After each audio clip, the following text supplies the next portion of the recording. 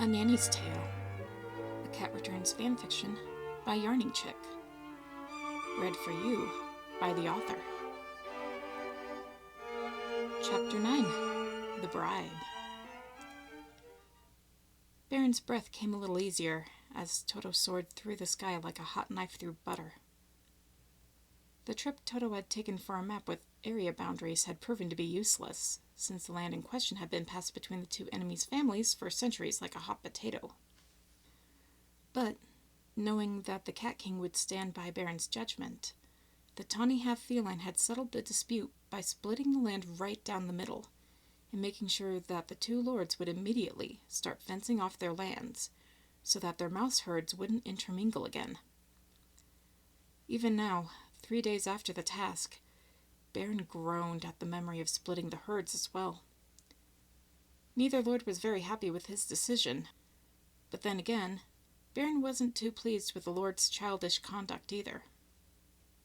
"Hold it, Toto," Baron said suddenly, as his home came into view. "Can you drop me off behind the house?" "What for?"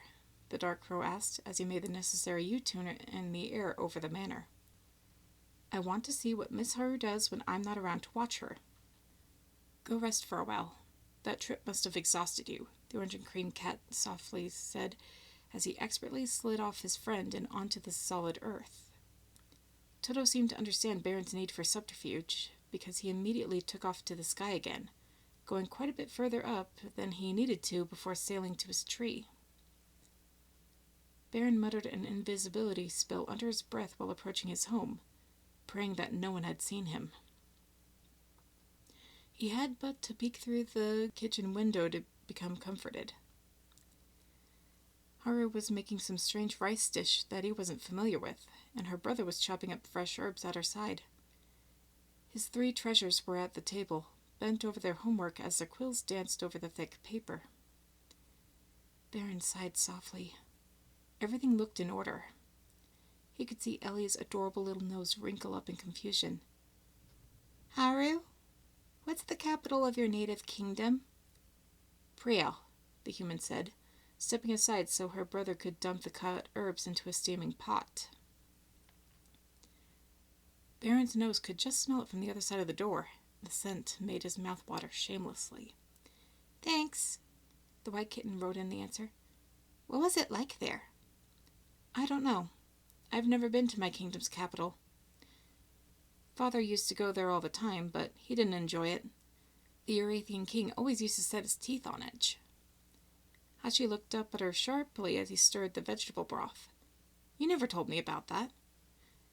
"You were about a year old when he stopped going, and he didn't like talking about his experiences there very much afterward."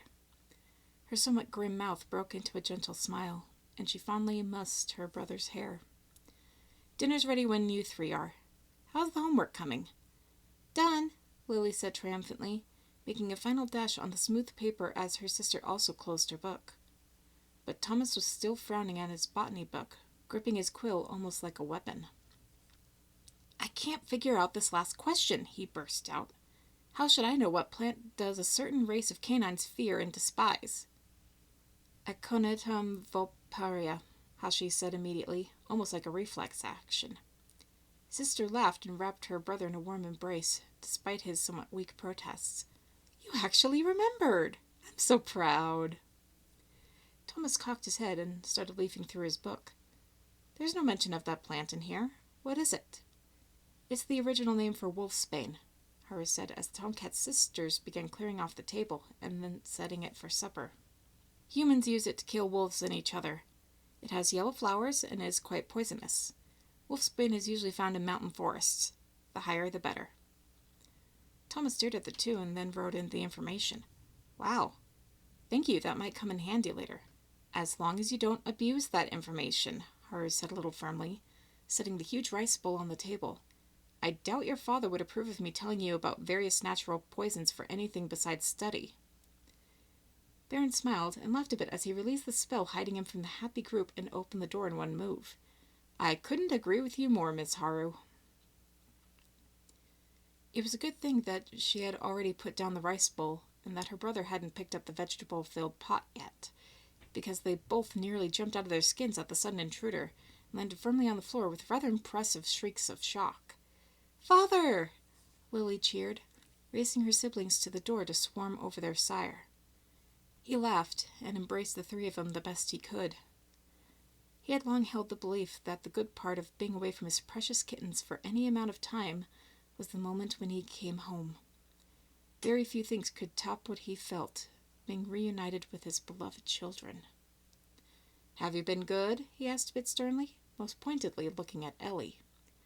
She nodded, but turned a little pink from the extra attention around the question. "Yes, and Haru's been taking really good care of us. She's really smart." Baron looked up at the nanny, who was turning a little red behind her thick glasses as she helped her brother get back to his feet. "I noticed. Just out of curiosity, Miss Haru, how is it you know so much about wolfsbane?" She shrugged a bit and picked up the vegetable concoction as her brother found a hot pad for it. "Hashi and I grew up in a bookstore. Father had us reading before we could walk." Her brother's smile turned slightly humorous. "I'm still convinced that we only learned how to walk so that we could get to the books faster." Baron couldn't help but chuckle a bit at that. "No wonder you two got so excited by my library. Well, were there any problems?"